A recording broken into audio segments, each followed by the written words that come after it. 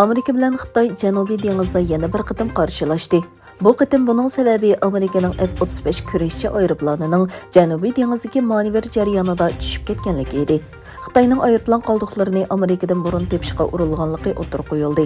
Bu sababdan Washington hukumati tadbir qo'llanib, urush texnikasi va axborot jihatda intayin muhim bo'lgan aeroplan qoldiqlarining Beijingning qo'liga tushib ketishining oldini olishga tirishmoqda. Amerika prezidenti Joe Biden yaqin kelgusida Sharqiy Yevropa davlatlariga qo'shimcha askar avatishni boshlaydiganligini aytdi. Biden o'rlashtirilgan askarlarning ko'p sonda bo'lmaydiganligini aytdi, ammo konkret son bermadi. Biden buning Sharqiy Yevropadagi Shimoliy Atlantik Ihti tashkilotiga a'zo davlatlarning mudofaasini kuchaytirishning oldin olish tadbiri ekanligini, Rossiya bilan urush girdobiga berib qolgan Ukrainaga hech qanday Amerika askarining avatilmaydiganligini aytdi.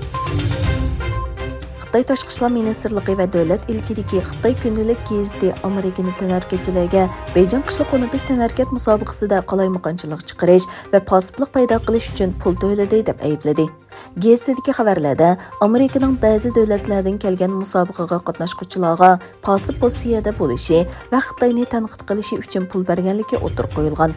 Amerikaning Beijingdagi bosh elchixonasi Xitoyning ayblashiga javob berib, ilgari e'lon qilganidek, Washingtonning olimpikka qatnashishiga bunday dunyoviy faoliyat olib bormaydiganligini e'lon qildi. Rossiya Federatsiya statistika idorasi e'lon qilgan sonliq ma'lumotga qaraganda, 2021 bu davlatga o'lish nisbati oldingi yilga solishtirganda 15,1% oshgan. 2 million 440 ming odam qazo qilgan. Tug'ilish qitim soni 2,3 tuvanlab 1 million 400 mingga yetgan. Buning bilan Rossiyada Sovet ittifoqi yemirilgandan buyon tunji qitim nopos 1 million 40 ming odam azaygan. Tayvanning Xitoy poytaxti Beijingda o'tkazilgan 2022 yillik qishloq olimpik tanarkat marosimiga rasmiy vakillar umikini avatmaydiganligini e'lon qildi. Amerika, Kanada, Avstraliya, Angliya va Shvetsiyani o'z ichiga olgan bir qism davlatlar Xitoy, Uyg'ur va boshqa osonliq millatlarning kishilik huquqiga daxl taruz qildi degan asosda olimpikni diplomatik holda boykot qilishni qaror qildi.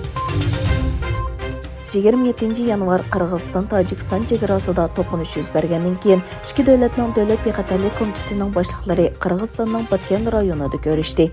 Egilanishicha, Qirg'iziston davlat bexatarlik davlat komitetining raisi Kamchibek Tasiyev va Tojikiston davlat bexatarlik davlat komiteti raisi Saymomin Yatimov orasida o'tkazilgan yig'indan suhbatni davomlashtirish qarori chiqqan. Dünya miqyosida 243 ommaviy tashkilot hukumatlarni 2022 yillik Beijing qishloq olimpik tanarkat musobaqasini diplomatik saviyada boykot qilishga chaqirdi. Kishilik huquq kuzatish tashkiloti Xitoy kishilik huquqni qo'g'dovchilar va Uyg'ur kishilik huquq qurilishini o'z ichiga olgan tashkilotlar 4 fevral boshlanadigan olimpikdan ilgari e'lon qilgan birlashma bayonotida Uyg'urlarga qaratilgan kishilik huquq dafsandichiligiga diqqat qildi.